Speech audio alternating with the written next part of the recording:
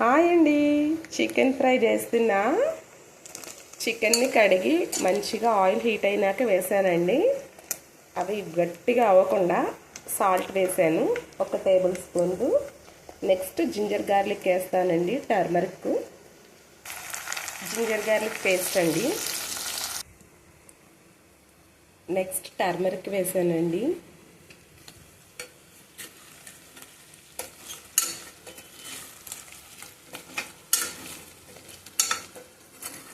Turmeric కూడా fry అవ్వాలండి, లేదంటే పసుపు వాసన వస్తుంది.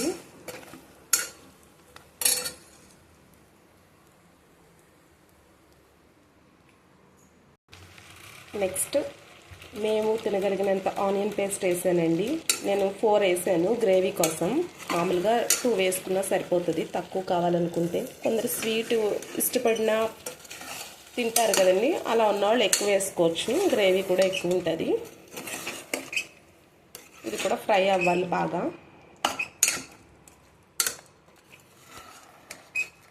½ కిలో చికెన్కి 4 ఆనియన్స్ వేసానండి గ్రేవీ కోసం. ఒక 2 టేబుల్ స్పూన్ గీ కూడా వేస్తున్నానండి.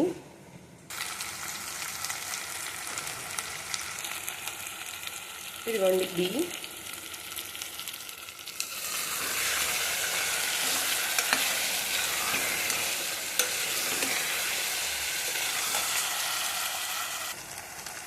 చిల్లీ కూడా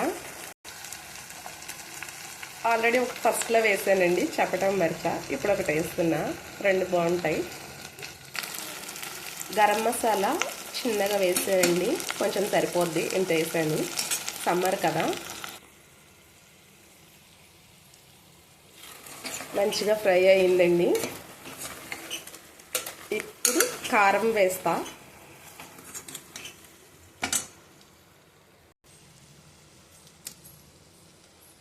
3 టేబుల్ స్పూన్స్ వేసానండి కారం. మేము ఇంత తింటాం.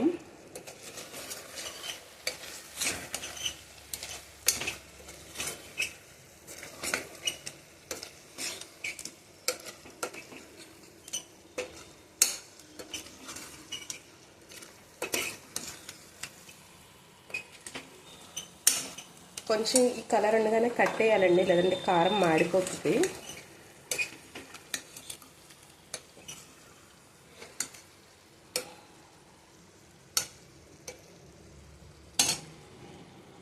పుదీనా కొత్తిమీర వేసుకోవచ్చండి ఇష్టమైన వాళ్ళు, లేదంటే లేదు. కరివేపాకు కూడా వేసుకోవచ్చు కావాలంటే. కరివేపాకు పుదీనా కొంచెమే ఉంది, లేదు, అందుకని కరివేపాకు ఒకటే వేస్తున్నానండి. చాలా బాగుంటుంది స్మెల్.